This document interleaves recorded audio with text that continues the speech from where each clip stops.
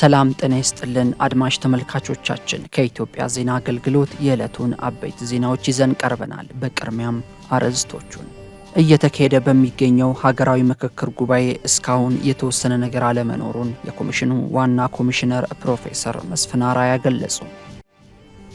አፍሪካ የራሷን ዘላቂና አስተማማኝ የፋይናንስ ምንጭ በመገንባት ዓለም አቀፋዊ ተደማጭነቷንና ተጽዕኖ ፈጣሪነቷን ማጎልበት እንዳለባት የውጭ ጉዳይ ሚኒስትር ዶክተር ጌዲዮን ጢሞቴዎስ ገለጹ።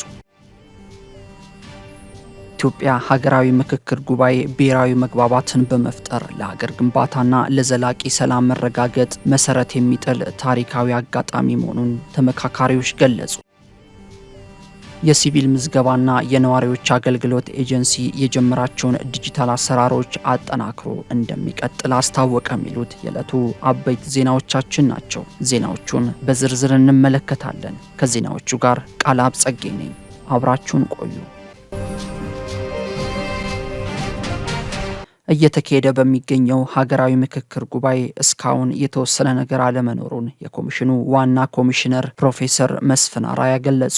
የኢትዮጵያ ሀገራዊ ምክክር ኮሚሽን ዋና ኮሚሽነር ፕሮፌሰር መስፍን አርአያ የምክክሩን የእስካሁኑ ሂደት በተመለከተ መግለጫ ሰጥተዋል። በመግለጫቸውም ላለፉት 2 ቀናት 4000 ተሳታፊዎች በጥቃቅን ቡድን ተከፋፍለው በ50 ቡድን እስከ 10 በመሆን በተሰጣቸው አጀንዳዎች ላይ ሲመክሩ መቆየታቸውን አስታውሰዋል። የመከሩባቸው ጉዳዮችም እየተሰነዱ መሆኑንና ተመካካሪዎች የሚያቀርቧቸው ሀሳቦች በሚገባ እየተሰነዱ መሆኑን ተናግረዋል። በመጀመሪያው የምክክር ሂደት የጥቃቅን ቡድን ወደ ንዑስ ቡድን ተሸጋግሮ በሚገባ ምክክር እንደሚደረግም ዋና ኮሚሽነሩ አስታውቀዋል። በምክክሩ ሁሉም ተመካካሪዎች ሀሳባቸውን በነጻነትና በግልጽ እያቀረቡ እንደሚገኙ ገልጸው እስካሁን የተወሰነ ነገር አለመኖሩን አብራርተዋል። ሀሳቦች እየተቀራረቡ ቢሆንም ነገር ግን ውሳኔ የሚቀርብበት ምዕራፍ ላይ ገና አልተደረሰም ሲሉ አስታውቀዋል። የፊታችን ሰኞ ከ250ዎቹ ስልታዊ ቡድን ምዕራፍ ተጠናቆ ወደ 500ዎቹ እንሸጋገራለን የሚል እምነት እንዳላቸውም ዋና ኮሚሽነሩ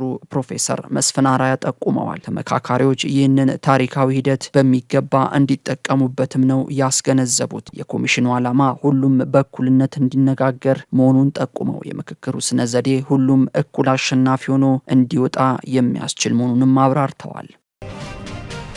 አፍሪካ የራሷን ዘላቂና አስተማማኝ የፋይናንስ ምንጭ በመገንባት ዓለም አቀፋዊ ተደማጭነቷንና ተጽዕኖ ፈጣሪነቷን ማጎልበት እንደሚገባት የውጭ ጉዳይ ሚኒስትር ዶክተር ጌዲዮን ጢሞቴዎስ ገለጹ። 49ኛው የአፍሪካ ህብረት የስራ አስፈጻሚዎች ምክር ቤት ስብሰባ የአፍሪካ አጀንዳ 2023ን ለማሳካት ዘላቂ የውሃ አቅርቦትና ደህንነቱ የተጠበቀ የንጽህና አጠባበቅ ስርዓት ማንበር በሚል መሪ ሀሳብ እየተካሄደ ይገኛል። የኢፌዴሪ የውጭ ጉዳይ ሚኒስትር ዶክተር ጌዲዮን ጢሞቴዎስ በዚህ ወቅት እንዳሉት የጂኦፖለቲካ ውድድር፣ የቴክኖሎጂ ሽግግርና የአየር ንብረት ለውጥ ተጽዕኖዎች በዓለም አቀፍ ስርዓት ላይ ለውጥ እያመጡ ነው ብለዋል። አፍሪካ የዓለምን ተለዋዋጭና ኢተገማች ሁኔታን እንደ መልካም አጋጣሚ በመውሰድ እውነቱን በራሷ መንገድ መቅረጽ እንዳለባትም ገልጸዋል። ለዚህም አህጉራዊ ተቋማት የዓለምን ነባራዊ ሁኔታ ታሳቢ ያደረጉ ሪፎርሞችን ማድረግ እንዳለባቸው ነው የተናገሩት። ህብረቱም በቴክኒካዊና ጥቂት ማስተካከያዎች ላይ ብቻ ሳይወሰን ስትራቴጂክና ፖለቲካዊ ውሳኔዎችን ያካተተ ጥልቅ ማሻሻያ ማድረግ እንደሚኖርበትም አስገንዝበዋል። የአፍሪካ ህብረት ኮሚሽን ሊቀመንበር ማህሙድ አሊ የሱፍ በበኩላቸው በዚህ ወቅት እንዳሉት አፍሪካ በመካከለኛው ምስራቅ ከቀጠለው ግጭት ጋር ተያይዞ የሚመጡ አሉታዊ ተጽዕኖዎችን በሙሉ አቅሟ እየተጋፈጠች ነው ብለዋል። የግጭቱ መቀስቀስ የዓለም አቀፍ የአቅርቦት መስመሮችን በማስተጓጎሉ ምክንያት የነዳጅ የሸቀጣሸቀጥና የመሰረታዊ ቁሳቁሶች ዋጋ በከፍተኛ ሁኔታ እንዲያሻቅብ ማድረጉን ገልጸዋል። በሌላ በኩል በአህጉሪቱ እየተስፋፋ ያለው የሽብርተኝነት አደጋና የጤና ስጋት አሳሳቢ ደረጃ ላይ መድረሱን ሊቀመንበሩ አስታውሰዋል። በሳህል ቀጠና ባደረጉት ጉብኝት የሰብአዊ ሁኔታዎችን መመልከታቸውንና ሽብርተኝነትን በጋራ መከላከል የሚያስችል ቀጠናዊ ትብብር ለማጠናከር ጥረት ማድረጋቸውን ገልጸዋል። የአፍሪካ የበሽታ መከላከያና መቆጣጠሪያ ማዕከል እያከናወነ ባለው ስራ ላይ አባል ሀገራት ድጋፋቸውን እንዲያጠናክሩም ጠይቀዋል። ሊቀመንበሩ በአፍሪካ ህብረት የበጀትና አደረጃጀት ላይ በሰጡት ማብራሪያም የ2027